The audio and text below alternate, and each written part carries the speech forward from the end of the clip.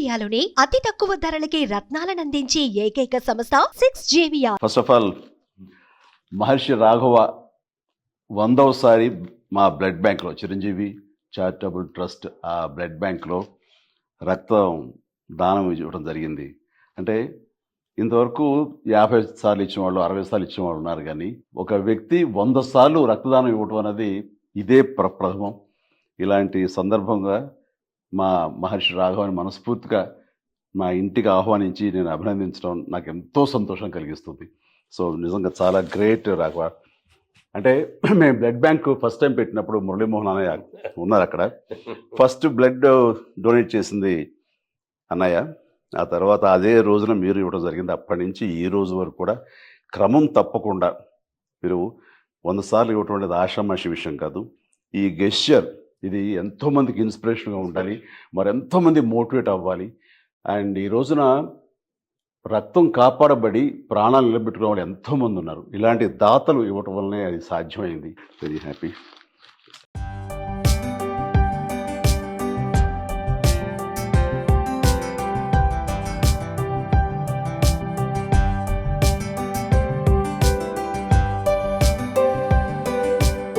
చిరంజీవి గారు blood bank పెట్టిన తర్వాత మొట్టమొదటి రోజున మేము వెళ్ళి బ్లడ్ ఇవ్వడం జరిగింది. ఆ రోజున మహర్షి గారు వచ్చారు, నేను వచ్చాను. ఫస్ట్ 99 అక్టోబర్ 2 గాంధీ ఆ రోజున ఫస్ట్ బ్లడ్ నేనే ఇచ్చాను.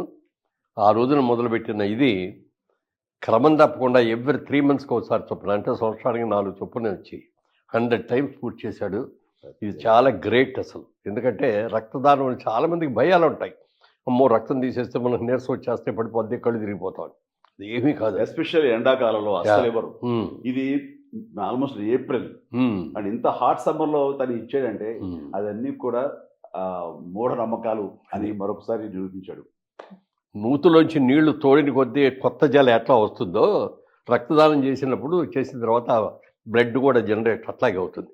అందుకని ఎవ్వరూ కూడా భయపడక్కర్లేదు. శుభ్రంగా యంగ్గా ఉన్నవాళ్ళు, ధైర్యంగా ఉన్నవాళ్ళు, గట్టిగా ఉన్నవాళ్ళు రక్తదానం చేస్తే 10 మందికి ప్రాణాలు కాపాడే వాళ్ళు అవుతాం. అది మాత్రం గుర్తుపెట్టుకోండి అందరూ. Thank you. సుమన్ టీవీలో మీ పర్సనల్ అండ్ బిజినెస్ ప్రమోషన్స్ కోసం కింది నెంబర్కి కాంటాక్ట్ చేయండి.